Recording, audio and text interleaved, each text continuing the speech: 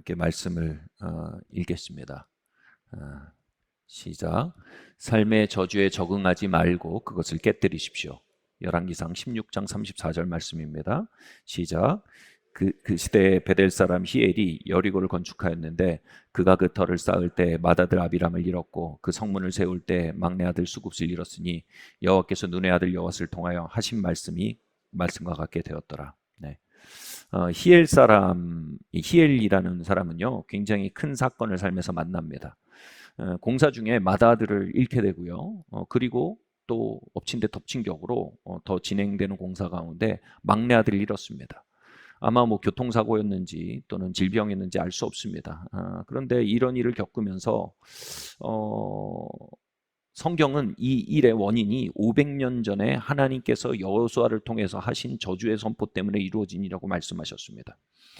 다시 말해서 여호수아가 여리고를 정복하고 나서 여리고에 터를 쌓는 자는 그 아들이 쌓을 때 그 자녀가 죽을 것이고 그리고 문을 세울 때 그 막내가 죽을 것이다.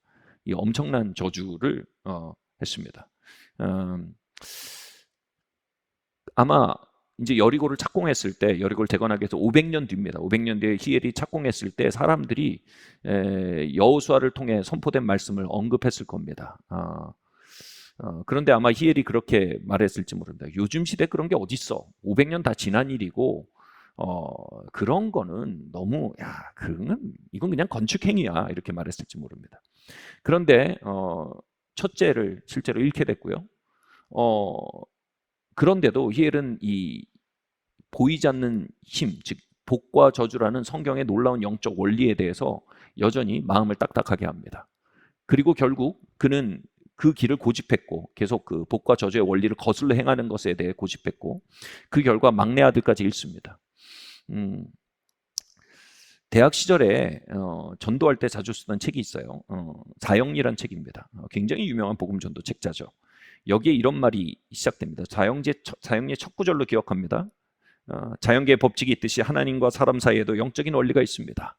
예, 전도 좀 해보신 분들은 아마 입에 랩처럼 이렇게 굳은 말입니다. 자연계의 법칙이 있듯이 하나님과 사람 사이에도 영적인 원리가 있습니다.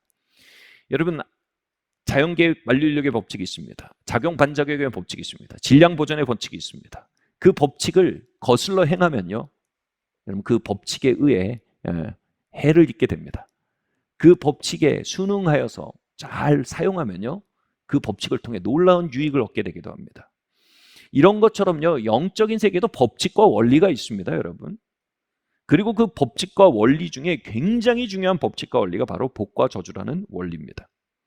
여러분, 성경에서 복이라는 단어를 몇 번 썼을까요?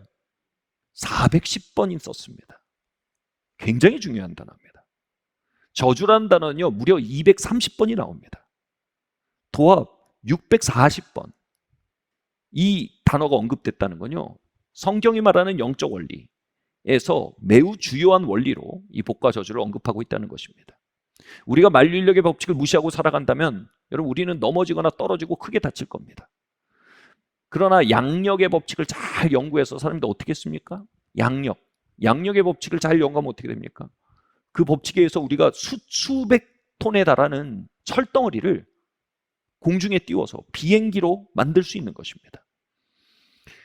우리는 히엘처럼 복과 저주에 대해서 그냥 오래전에 기록된 말 정도로 간주하며 살지 않아야 합니다. 우리는 그것에 대해 배우고 그것을 활용하여 도리어 그것을 통해 큰 유익을 얻는 삶을 살아야 합니다. 아멘. 그럴 때 우리는 최소한의 저주와 최대한의 축복이라는 놀라운 차원을 향해 한 걸음씩 나아가는 사람들이 될 수 있을 것입니다. 학개서 1장 9절이 말합니다. 너희가 많은 것을 바랬으나 도리어 적었고 너희가 그것을 집으로 가져갔으나 내가 불어버렸느니라. 나 만군의 여호와가 말하노라. 이것이 무슨 영고뇨? 내 집이 황무하였을 때 너희는 각각 자기 집에 빨랐으니라. 복음 안에서 성도를 향한 하나님의 진노로서의 저주의 시대는 여러분 끝났습니다. 그래서 가계 저주론 같은 표현은 매우 비복음적인 표현이 될 수 있습니다. 그래서 저는 그걸 지지하지 않습니다. 그러나 영적인 원리로서의 복과 저주는 여전히 유효합니다. 우리가 재정으로서 마태복음 6장에서 지금 학개서 1장 9절의 말씀 그대로 다시 인용하거든요. 먼저 그 나라와 그 일을 구하라. 그리하면 이 모든 것이 너에게 더해질 것이다. 이건 뭐예요? 원리입니다. 우리가 하나님께 관대한 삶을 살면 영적인 복이 우리 재정 가운데 역사한다라는 원리입니다.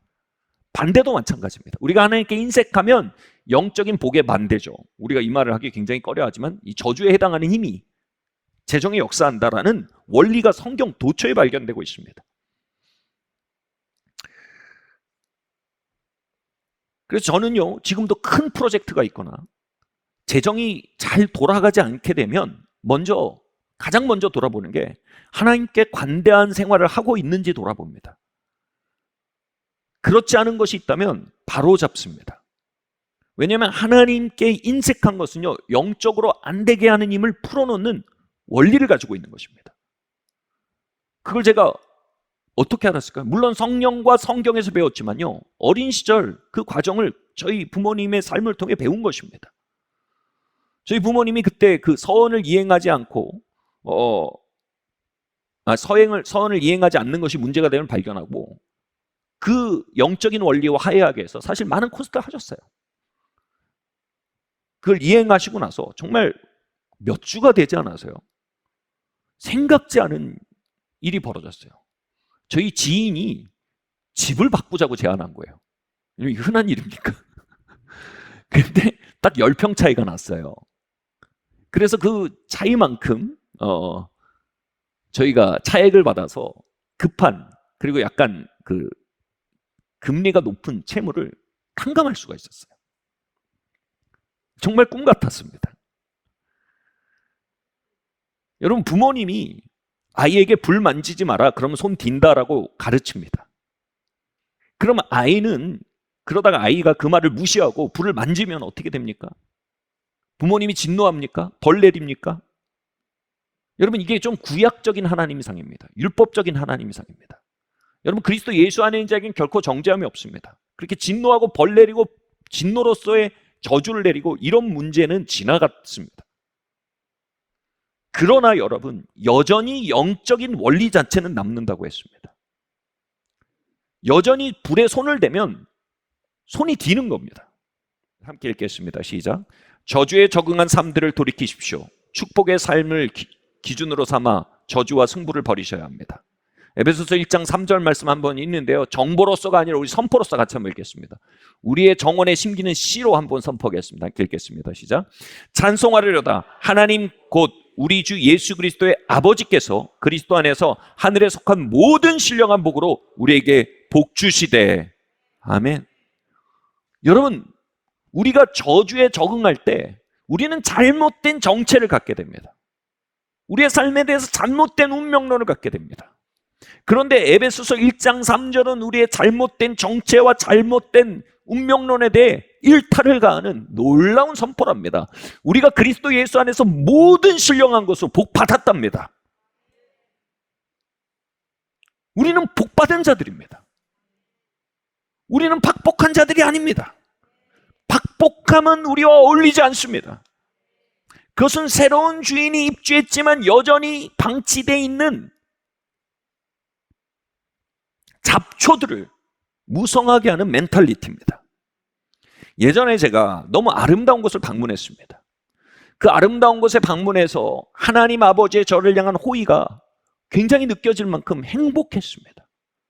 그곳에 갔는데 걸어다니는데 한 부부가 생각이 났습니다. 그 부부가 꼭 여기에 왔으면 좋겠다는 생각이 들었습니다. 마침 이 부부가 저희 사역의 직원이었기 때문에 2주 동안 휴가를 줄 테니 거기에 갔다 오라라고 얘기를 했습니다. 예, 그곳에 갔는데 국제전화가 온 거예요. 시간 보니까 현지 시간이 밤 10시 반인데 전화를 한 거예요. 여전히 여행을 하고 있는 거예요. 거기가 지금 약간 북반구여서 해가 11시 반에 져요, 밤. 그러니까 끝까지 다닌 거예요. 그래서 목소리가 너무 흥분되어 있는 거예요. 너무 아름답다는 거예요. 이런 경험이 인생의 처음이라는 겁니다. 특별히 그 아내가 너무 감동하는 겁니다. 이 아내의 히스토리를 제가 압니다. 그녀는 자라면서 어려운 일을 많이 겪었습니다. 재정적 지원을 받지 못해서 자급자족하며 공부했습니다. 집에서 떨어져서 학교를 다녀야 됐기 때문에 언제나 정서적으로 외로움을 품고 살아야 했습니다. 상대적으로 여러분, 지원을 받고 또 사랑받는 화목하고 유복한 가정에서 자라는 아이들이 곳곳에 보였고, 그로 인한 상대적인 빈곤감이 그녀의 가슴 속에 깊은 씨를 심은 것입니다. 나는 박복하다. 내 삶은 왜 이런지 모르겠다. 나는 돌봄받지 못한다.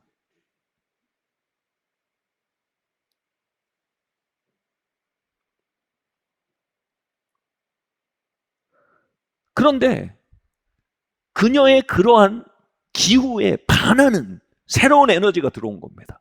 목사님 너무 좋아요.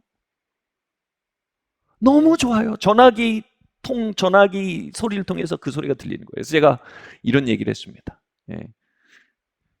내가 숙제를 하나 낼 테니까. 지금 산자락에서 거의 하산하는 마지막 단계라는 거예요. 그래서 이런 숙제를 냈어요. 거기서부터 주차장까지 가는 동안, 마침 여러분 10시 반이니까 아무도 없어요. 주차장에 가는 동안 큰 소리로 이렇게 외치면서 가라고 얘기했습니다. 나는 복받은 사람이다. 나는 행복한 사람이다. 나는 박복한 사람이 아니라 나는 축복받은 사람이다. 이렇게 외치라고 했습니다. 나중에 남편으로부터 이제 숙제를 어떻게 했는지 얘기를 들었는데, 그 주차장 갈 때까지 고래고래 소리를 지른 거예요. 여러분, 그게 여러 가지로 좋아요. 거기에 곰도 나오는 동네여서 소리를 지르면 곰도 도망가고 좋습니다. 그 곰만 도망간 게 아니죠. 저주의 소리에 깜짝 놀란 거죠. 예수님 안에서 내가 박복받은 사람이다. 예수님 안에서 나는 박복한 사람이 아니다. 예수님 안에서 나는 신령한 복을 받는 사람이다. 예수님 안에서 나는 행복한 사람이다. 그렇게 소리를 지르는데 무언가가 와지끈하고 깨져서 나간 겁니다. 그리고 주차장에 도달하는데 막 눈물이 나는 겁니다. 그래서 눈물을 감추면서 나는 복받은 사람이다. 너는 박복한 사람이 아니다. 예수님의 이름으로.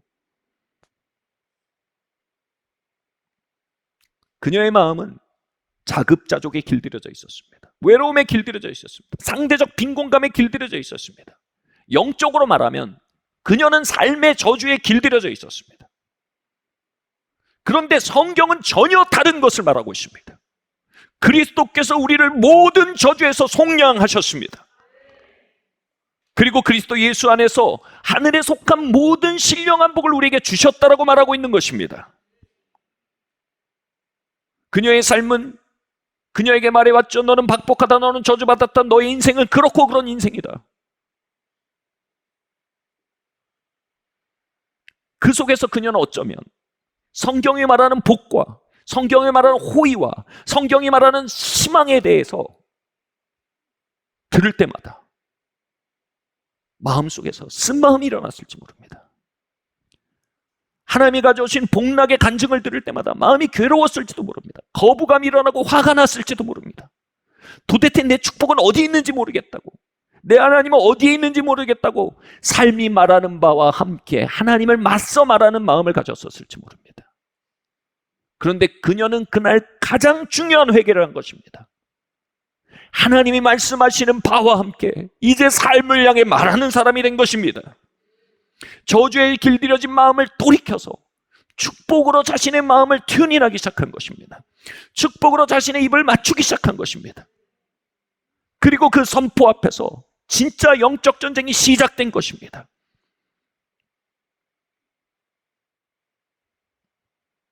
여러분 어떠십니까? 삶의 저주가 말해오는 것들이 혹시 길들여지진 않으셨습니까? 하나님의 축복의 이야기들, 간증들이 외계어처럼 들리진 않으십니까? 이제 우리는 우리를 향한 복음적 약속에 굳게 서야 합니다. 그리스도 예수 안에서 하나님은 우리에게 모든 신령한 복으로 복 주셨습니다. 우리의 감정이 뭐라 말하든, 우리의 과거의 체험이 뭐라 말하든 우리는 더 이상 저주의 힘에 길들여지지 않아야 합니다. 이제 그들을 향해 전쟁을 선포해야 합니다. 그리고 말해야 합니다. 그리스도 예수 안에서 나는 복받은 사람이다. 나는 벅복한 사람이 아니다. 저주야, 이제 나는 너와 맞서갈 것이다. 예수님의 이름으로 나는 저주야 너를 무너뜨려 갈 것이다. 너는 감정과 과거의 사건들로 내게 오거니와 나는 만군의 여호와의 이름으로 그분의 말씀과 성령의 능력으로 너희가 가노라. 아멘. 우리 한번 같이 말해볼까요? 예수 그리스도 안에서 나는 하늘의 모든 신령한 복으로 복받은 사람이다. 저주야, 너는 나의 일부가 아니다. 이제 예수님의 이름으로 나는 모든 저주를 맞설 것이다. 나는 너를 정복할 것이다. 나는 너를 무너뜨릴 것이다. 저주야, 너는 감정과 과거의 사건들로 내게 오거니와 나는 만군의 주 여호와의 이름으로 그분의 약속으로 성령의 능력으로 너에게 가노라. 아멘. 할렐루야. 여러분, 저주에 적응했던 모든 마음을 흔들어 깨우십시오. 축복의 약속을 기준 삼아 이제 저주와 전쟁을 벌이셔야 합니다. 두 번째로요, 성경에 나오는 복들을 공부하십시오. 그리고 그 복들이 나에게 허락되었음을 깨달으십시오. 고린도서 1장 20절 말씀 함께 읽겠습니다. 시작. 하나님의 약속은 얼마든지 그리스도 안에서 예가 되나니 그런즉 그로 말미암아 우리가 아멘하여 하나님께 영광을 돌리게 되었느니라. 아멘. 하나님은 우리의 삶을 축복을 향해서 셋업하셨습니다. 우리는 축복을 향해 운명 지어진 자입니다. 여러분, 그게 구원입니다. 그게 십자가의 대속입니다. 우리가 이 저주라는 말을 들으면요, 우리의 삶에 어떤 저주가 역사하는가 너무 자세히 들여다보려고 할 필요 없습니다.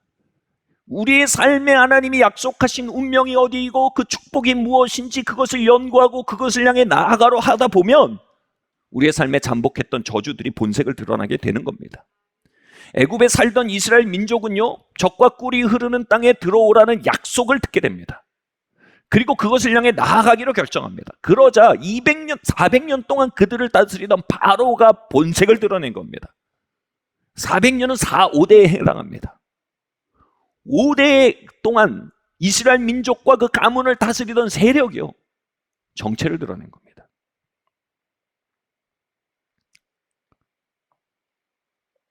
하나님이 이렇게 말씀하셨습니다. 내 백성을 가게 하라. 그가 나를 섬기리라. 그러자 바로가 그들을 멈춰 세우며 말합니다. 그렇게 할 수 없다. 너희는 나의 종이다.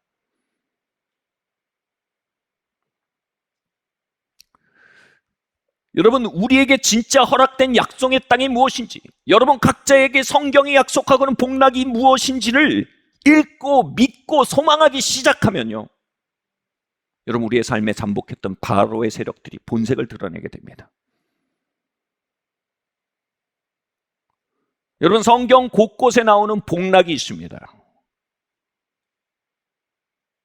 여러분, 성경에 너무 자주 나와서 부정할 수 없는 복락이 이겁니다.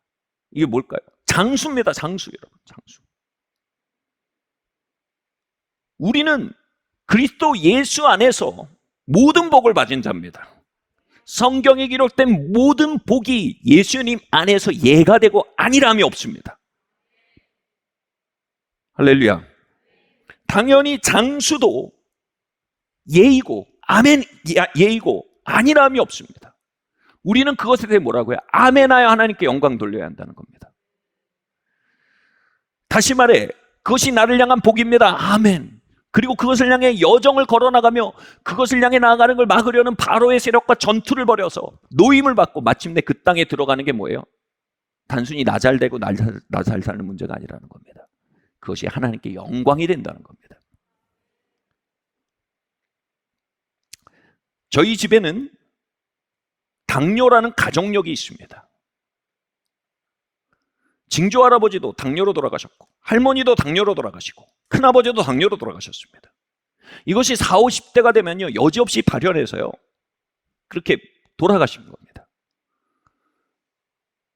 이건 저희 김씨 가문의 숙명 같은 겁니다. 50대 당뇨론.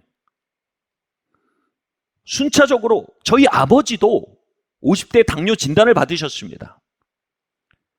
그래서 이제 일반적인 치료를 시작하셨어요. 현미밥을 드시고 군것질을 끊으시고 약을 드시기 시작했습니다. 저희도 영락 없이 초등학교 때부터 할 수 없이 현미밥을 먹으면서 컸습니다. 근데 여러분, 당뇨라는 질병이 사실상 완치가 없습니다. 그저 당 수치를 떨어뜨리거나 유지하는 게 최선인 것입니다. 그런데 성경의 복들을 연구하면서 이 당뇨 치료에 새로운 국면이 열렸습니다. 성경은 분명히 장수를 약속합니다. 그리고 그 장수로 들어가 하나님을 섬기게 하려는 하나님의 계획에 반하는 것은 바로 바로왕의 세력, 당뇨의 세력, 질병의 세력인 것입니다. 윌리엄 브레넘은 이렇게 말했습니다. 의사가 암이라고 하는 것을 하나님은 마귀라고 하십니다. 과격하고 치우친 말입니다. 그런데 때로는 여러분, 한 발 물러나서 들으면 경청할 부분도 있는 말이긴 합니다. 하나님이 우리에게 복으로 들어가는 것을, 하나님이 우리에게 약속하신 복들이 있습니다. 그것을 우리의 복으로 믿을 때 우리는 그것을 대항하는 많은 세력의 실체를 보게 되는 것입니다. 당뇨는 하나님이 주신 운명이 아닙니다. 50대 당뇨로는 하나님이 김씨 가문을 위해 주신 계획이 아닙니다. 하나님 김씨 가문을 위해 장수를 예약하셨습니다. 김씨 가문을 향해 장수의 복을 그리스도 안에서 허락하셨습니다. 이제 당뇨는 우리가 정복하고 깨뜨려야 할 저주의 세력인 것입니다. 당시 저희 아버지는 종종 그런 말씀하셨습니다. 50대 중반부터 이런 말씀하셨어요. 인생에 잘 사는 것만 중요한 게 아니라 내 나이가 되면 잘 죽을 준비도 해야 된다. 멋진 말인데 복된 말은 아니었습니다. 잘 들어보면 지혜도 있지만 저주에 길들여진 부분이 있는 말이에요. 아니, 그 연세가 되면 건강하게 오래 살 준비를 하셔야지 잘 죽을 준비를 하신다는 건 좀 그렇죠. 그 언어부터 생명의 언어로 바꾼 것입니다. 왜냐하면 이건 영적 전쟁인 걸 본 것입니다. 단순히 약의 문제가 아닙니다. 식이요법의 문제가 아닙니다. 저주를 무너뜨려야 되는 문제인 것입니다. 영적 전쟁의 문제인 것입니다. 그리고 당뇨를 향해 복음을 선포하기 시작했습니다. 기도하기 시작했습니다. 김씨 가문의 가족력의 패턴을 향해 싸웠습니다. 여러분, 모든 질병이 영적인 힘의 결과는 아닙니다. 그건 치우친 겁니다. 그러나 생각보다 많은 질병이 영적인 억압의 결과로 오기도 합니다. 특별히 가족력의 경우는요, 그럴 가능성이 굉장히 높습니다. 그리스도 예수 안에서 김씨 가문의 망령된 유전된 패턴은 깨어졌음을 선포했습니다. 여러분, 치료와 요법은요, 영적인 힘이 가져오는 폐해를 완화시킬 수는 있습니다. 그러나 저주 자체를 깨뜨리는 힘은 오직 예수 그리스도의 보혈의 능력입니다. 그렇게 보혈의 능력을 선포하며 기도하고 이것에 대해서 우리가 약속의 땅으로 들어가는 걸 막는 바로의 세력, 우리가 건강하게 하나님을 섬기는 것을 막는 바로의 세력으로 간주하고 싸우기 시작한 뒤 2, 3년 만에 사실상 의사는 당뇨의 완치를 선언했습니다. 할렐루야. 물론 자연적 기질이 아직 남아있기 때문에 조심은 해야 합니다. 그런데 지금 82이 되신 저희 아버지가 82 또래 어떤 분보다, 제가 백인들 친구도 있고 흑인들 친구도 있고 5대양 6대주의 친구가 있는 희한한 은혜를 받았습니다만 5대양 6대의 어떤 인종보다도 82세 중에 이렇게 건강한 분이 없어요. 지금 몽골에서 선교사로 계십니다. 내 나이에 올해까지 있으면 다행이지 하셨는데 또 2년 더 계시게 됐어요. 저희 어머니도 78세신데 제가 아는 또래 중에 가장 정정하십니다. 진짜 심각한 건 저희 외할머니입니다. 102세십니다. 근데 요양원에서 가장 고령이시죠. 당연히 가장 고령이신데 가장 정신이 온전하고 건강한 축에 속하십니다. 여러분, 이건 김씨 가문의 블러드라인의 결과가 아닙니다. 이건 예수의 피의 결과입니다. 여러분, 그 피는 우리의 가문의 나쁜 힘들을 깨뜨리는 축복의 근원이 됩니다. 여러분, 그 피가 여러분의 블러드라인이 되도록 물꼬를 바꾸십시오. 믿으십시오. 선포하십시오. 그 피의 기초에 꿈꾸십시오. 그 피의 기초에 기도하십시오. 그 피의 기초에 싸우십시오. 여러분, 성경에 어마어마한 축복들이 있습니다. 신명기 28장의 복의 목록만 봐도요, 머리가 되고 꼬리가 되지 아니할 것이며, 여러분, 그리스도 예수 안에서 예라하고 아니람이 없습니다. 이건 지도력의 축복을 말합니다. 또 공급의 축복을 말합니다. 떡반죽국이 굴을 먹고 국그릇도 복을 받을 것이다. 식생활의 복입니다. 탁월함의 축복을 말합니다. 그들이 만민 위에 높임을 받을 것이다. 여러분, 심지어는 좋은 옷의 축복도 성경에 나옵니다. 가족의 평화와 화해와 일치의 축복은 당연히 나옵니다. 죄로부터의 자유, 중독으로부터의 자유, 내면의 건강함도 당연히 나옵니다. 여러분, 이것이 그리스도 예수 안에서 우리 모두에게 예라하고 아니람이 없는 약속들입니다. 우리는 어떻게 합니까? 우리가 지금 어떤 상태에 있던 그것에 아멘하여 하나님께 영광 돌려야 합니다. 그리고 그 약속의 땅을 향해 들어가는 것을 저해하려는 모든 것에 대해 이제 일어나야 합니다. 여러분, 할렐루야. 세 번째로요, 같이 한번 읽어볼게요. 시작. 복들에 대해 적극적이 됩시다. 다시 한번 읽어볼게요. 시작. 복들에 대해 적극적이 됩시다. 역대상 4장 10절 말씀입니다. 시작. 야베스는 그 형제보다 존귀한 자라. 그 어미가 이름하여 야베스라 하였으니 이는 내가 수고로 낳았다 함이니라. 야베스가 이스라엘 하나님께 이러 가로되 원컨대 주께서 내게 복을 더하사 나의 지경을 넓히시고 주의 손으로 나를 도우사 나로 환난 벗어나 근심 없게 하옵소서 하였더니 하나님이 그 구하는 것을 허락하였더라. 아멘. 여러분, 저주의 사람이 길들여지면 어떻게 됩니까? 복에 대해서요, 그냥 무슨 동화처럼 생각합니다. 신화처럼 생각합니다. 저주에 길들여진 사람들한테는요, 복이 외계어처럼 들립니다. 남 얘기로 들리는 겁니다. 야베스가 저주에 길들여지기 딱 좋은 사람입니다. 야베스의 이름이 뭡니까? 이름 자체가 수고, 고통 이런 뜻입니다. 원망 이런 뜻입니다. 아니, 어느 부모가 자식 이름을 이렇게 짓습니까? 야베스는 삶의 저주에 길들여져도 한참 길들여질 사람이었습니다. 비슷한 사람이 있었습니다. 야곱이었습니다. 야곱은요, 고대사에서 몸이 약했습니다. 여러분, 고대사에는요, 수렵 얼어로 먹고 사는 사회입니다. 몸이 약하면 다 끝난 겁니다. 무능한 겁니다. 야곱은 무능한 사람이었어요, 태생적으로. 그리고 두 번째로요, 야곱은 둘째였습니다. 당시 여러분, 고대 사회에서 장자 선호가 너무 컸기 때문에요, 둘째는 그림자였어요. 게다가 쌍둥이의 둘째는 뭐예요? 1+1이에요. 그런데 이게 저주에 완전히 길들여질 수 있는 야곱이 할아버지 아브라함이 하나님께 받은 복의 약속을 듣게 됩니다. 너를 복의 근원으로 삼을 것이며 너를 열국의 아비가 되게 할 것이며 너의 자녀가 하늘의 별보다 많게 될 것이며 내가 가는 곳만 가는 땅을 내가 줄 것이며 내게 줄 것이며 너를 저주하는 자가 저주를 받을 것이며 내가 네게 축복한 자가 축복을 받을 것이다. 엄청난 복의 약속을 듣고 야곱이 어떻게 생각합니까? 난 이게 필요해. 난 몸도 약해. 난 복이 정말 필요해. 난 둘째라고. 내 인생의 전체성은 1+1이야. 그림자 인생이야. 난 진짜 복이 필요해. 이렇게 된 겁니다. 그래서 야곱이 어떻게 했습니까? 복을 받기 위해서요, 손등에 양털을 붙였습니다. 에서 목소리를 연습했어요.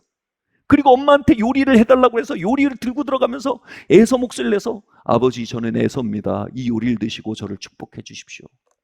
쇼를 한 겁니다. 우리는 그렇게 말합니다. 뭐 이렇게까지 하냐? 유난을 이렇게 떠냐? 그런데 하나님은 야곱을 뭐라고 말씀하십니까? 그는 축복을 구했던 자다. 그리고 그를 존귀케 합니다. 에서는 어떻게 됩니까? 힘이 세고요, 사냥을 잘했습니다. 복 같은 거 없어도 내가 살만하다 이겁니다. 그래서 복과 저주의 원리를 가벼이 생각했습니다. 그러므로 그는 복의 라인에서 비껴나간 것입니다. 여러분, 야베스가 그러했던 것입니다. 내 이름은 고통입니다. 내 존재가 짐덩이였습니다. 나는 어려서부터 우리의 가문의 짐덩이고 재앙이었습니다. 그러나 하나님의 복락을 나는 압니다. 하나님, 그 복을 내가 받아야겠습니다. 나는 그 복 없이 살 수가 없습니다. 하나님 그걸 듣고 뭐라고 하셨습니까? 왜 이렇게 유난을 떠느냐? 너 기복주의자냐? 아니요, 하나님 뭐라고 하셨습니까? 야베스를 존귀케 하셨습니다. 네 번째로요, 성령의 인도를 받으셔야 됩니다. 갈라디아서 13장 14절 말씀 함께 읽겠습니다. 그리스도께서 우리를 위하여 저주를 받은 바 되사 율법의 저주에서 우리를 속량하셨으니 기록된 바 나무에 달린 자마다 저주 아래 있는 자라 하였음이니라. 이는 그리스도 예수 안에서 아브라함의 복이 이방인에게 미치게 하고 또 우리로 하여금 믿음으로 말미암아 성령의 약속을 받게 하려 함이니라. 아멘. 여러분, 성령은 우리의 구원의 보증이 된다고 했습니다. 보증이 뭐냐면 말 그대로 영어로 다운 페이먼트, 보증금입니다. 여러분, 소유권이 넘어올 때 가장 먼저 계약이 딱 체결됐을 때 가장 뭐예요? 이 계약이 유효하다는 의미가 어디서 시작됩니까? 보증금이 딱 건너가면 계약이 유효해지는 겁니다. 그럼 건물이 팔렸다고 얘기하는 겁니다. 그럼 왜 성령님이 보증금입니까? 보증금은요, 풀 페이먼트. 다시 말해 소유권이 넘어온 곳에서요, 입주의 단계로 이어가는 중요한 안내자입니다. 다시 말해 우리가 한 영역에 대해서 하나님의 약속을, 하나님의 복에 대해서 우리가 적극적이 되고요, 그것을 막아서는 세력들에 대해서 맞서기 시작하고요, 적응하던 삶에서 정복하는 삶으로 나아가고요, 그리고 하나님께 그 복락을 구하기 시작할 때 어떤 일이 보니까 성령님이 그 영역에 대해서 임재하십니다. 먼저 그 영역을 입주해 나갈 수 있는 성령의 능력을 우리에게 부어주신단 말입니다. 근데 문제는 뭡니까? 우리가 성령의 능력과 역사에 대해서 해방하는 생각과 정서와 언어와 사고를 가지고 있기가 쉽다는 겁니다. 여러분, 성령 안에서 우리가 기도하는 것, 영 안에 기도하는 것을 배우지 않고 어떻게 우리가 영적 전쟁을 이행합니까? 영적 전쟁을 이행하지 않고 어떻게 약속의 땅으로 들어가기 위한 대적들을 처리할 수 있겠습니까? 어떻게 성령의 능력으로 치유되고 성령의 능력으로 회복되는 것을 우리가 배타하고 제한하면서 어떻게 건강과 해방이라는 약속의 땅에 들어갈 수 있겠습니까?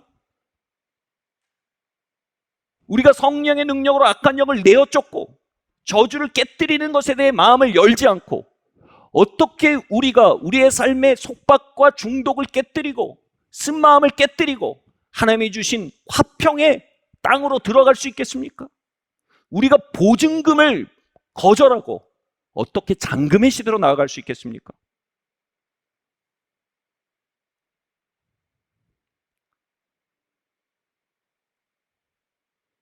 저는 오늘날 성도들 안에 성령의 가감없는 역사에 대해 장벽과 어떤 박스를 가지고 있는 많은 경우들을 봅니다.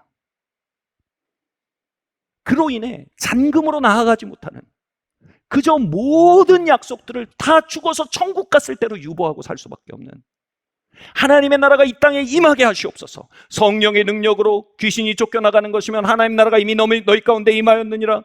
하나님의 나라 먹고 마시는 것에 있지 않고 성령 안에 의와 혈압과 화평이니라. 이 성령의 임재 안에는 하나님의 나라의 현현을 알지 못하는 많은 성도들 보며 가슴이 아픕니다. 혹시 여러분 안에 성령님을 제한짓는 언어들이 있지 않습니까? 모든 죄는 사함받되 성령을 회방하는 자는 사함받지 못한다고 했습니다. 이 언어는 신학적으로 굉장히 복잡한 언어지만요, 이 컨텍스트는 이렇게 얘기할 수 있습니다. 우리가 성령을 회방하고 제한하는 사고방식과 신학과 언어와 취향을 가지고 있다면요, 우리는 하나님께 주신 복락 안으로 걸어 들어갈 통로를 얻지 못하게 된다는 겁니다. 할렐루야. 성령님이 이렇게 역사하신 건 나한테 안 맞아. 맞고 안 맞고의 문제가 아닙니다. 생존의 문제입니다. 저는 선천적으로 굉장히 이성적인 사람입니다. 소위 말해 성령의 역사나 이런 거에 대해서 거부감이 드는 사람이에요. 그리고 그것을 거부하는 신학을 반기는 사람입니다. 그런데 성경을 읽고 하나님의 임재 앞에 고백할 수밖에 없는 건 성령의 역사 없이는 저는 희망이 없는 자라는 것입니다. 제 모든 본성을 거슬러 다시 성령님께 마음을 열고 그분의 역사를 환영할 수밖에 없는 사람임을 고백할 수밖에 없는 것입니다. 우리 같이 고백할까요? 저의 마음과 저의 사고와 저의 과거 가운데 성령님의 역사를 제한하고 비판하고 평가하고 박스지었던 모든 언어와 생각들을 회개합니다. 나의 보증금 되신 성령님, 당신과 함께 인생길을 걸어가기를 원합니다. 아멘. 마지막으로요. 함께 읽겠습니다. 시작. 선포와 찬양을 계속하십시오. 시편 말씀입니다. 성도들은 영광 중에 즐거워하며 저희 침상에서 기쁨으로 노래할저다. 그 입에는 하나님의 존영이요 그 수중에는 두 날 가진 칼이로다. 이것으로 열방을 보수하며 민족들을 벌하며 저희 왕들을 사슬로 저희 귀인들은 철고랑으로 결박하고 기록한 판단대로 저희에게 시행할지로다. 이 영광은 그 모든 성도들에게 있도다. 아멘. 여기 기록된 판단을 얘기합니다. 여러분, 유명한 표현이 있어요. 법적인 소유권과 체험적인 소유는 시간차가 있습니다. 하나님께서 이스라엘 민족에게 이 땅을 너희에게 주었으니 have given 이렇게 되어 있습니다. 들어가 차지하라 이렇게 얘기합니다. 다시 말해 우리가 법적으로 우리에게 소유된 것에 대해서 우리가 그것을 우리의 땅으로 경험하는 것을 위해서는 우리는 차지하는 단계를 통과해야 됩니다. 성령의 인도를 받고 차지해 나가야 하는 겁니다. 근데 이것을 차지한다는 것, 즉 하나님이 법적으로 우리에게 소유권 주신 것을 차지해 나가기 위해서 시편 149편은 이렇게 얘기하는 겁니다. 침상과 하나님의 영광 중에서 기쁨으로 노래하라는 겁니다. 그 입에 존영을 담으라는 겁니다. 존영이 뭐냐면 찬양이라는 뜻이에요. 그래서 하나님의 임재 안에 들어가 하나님을 찬양하는 일을 할 때 어떻게 된다고요? 우리의 영적으로 우리의 손에 두 날 가진 검이 생긴다는 겁니다.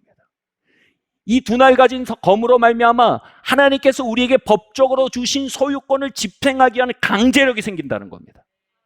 그리고 그 강제력으로 말미암아 뭐예요? 하나님이 우리에게 법적으로 주신 땅을 선점하고 있던 바로의 세력들의 착고를 채우고 사슬을 채워서 그들을 몰아내게 된다는 것입니다. 그리고 이 모든 영광은 뭐예요? 이러한 일을 할 수 있는 모든 영광은 누구에게 있다고요? 이 영광은 모든 성도들에 있다고 얘기합니다. 셀리더들이 아닙니다, 여러분. 특정 사역자들이 아닙니다, 여러분.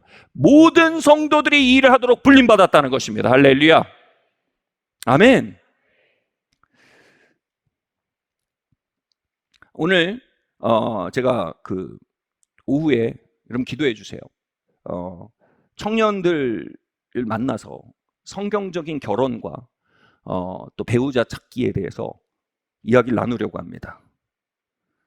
성경적으로 우리가 배우자를 만나고 이 찾는 건요, 그냥 한마디로 정리하면 간단해요. 성령의 인도를 받아야 돼요. 근데 성령의 인도를 받기 위해서는 반드시요, 여러분 우리의 삶에 선점하고 있는 세력들이 드러나고 떠나야 됩니다. 여러분, 제 삶의 결혼에 있어서 하나님의 임재와 인도하심이 회복되기까지 솔직히 거의 8년, 9년이 걸렸어요. 왜입니까? 제 안에 정욕의 잡초가 있었어요. 제가 정욕의 잡초의 기초에서 아내를 구하고 있을 때 성령께서 저를 인도하실 수 있겠습니까? 성령님이 말씀하셔도 들리질 않아요. 제 안에 엘리트주의의 잡초가 있었습니다. 그것의 기초에서 성령 인도를 받으려고 할 때 성령님이 역사하실 수가 없는 거예요, 그 땅에. 제 안에 사람에게 위로를 구하고 사람에게 피해가고자 하는 사람 의지하는 마음이란 잡초가 있었습니다. 하나님께 달려가지 않고 달려갈 만한 이성을 주세요라고 제가 기도하는데 성령님이 오셔서 그 일을 도와주시겠습니까? 제가 먼저 할 일은 뭡니까? 그 잡초들을 기경해내는 일입니다. 아멘? 그래서 한 7, 8년의 사실 방황의 시간들이 있었어요. 그 방황의 시간 동안 제 길을 잡아준 게 뭐냐면 바로 높은 찬양이었습니다. 습관적으로 하는 찬양이 아닙니다. 정말 우리를 하나님의 영광 가운데로 들여가는 찬양입니다. 그 찬양 가운데 제 마음의 잡초들이 뽑혀지고 드러나고 기경되기 시작했습니다. 때로는 어떤 세력들이 빛 가운데 드러나고 소리를 지르고 떠나가기도 했습니다. 그리고 마침내 하나님의 음성과 인도하심이 그 영역 가운데 돌아오기 시작했어요. 할렐루야. 그리고 하나님의 음성과 하나님의 인도하심이 그 영역에 회복된 지 6개월 만에 저는 하얀 드레스를 입고 저에게 걸어 들어오는 여인이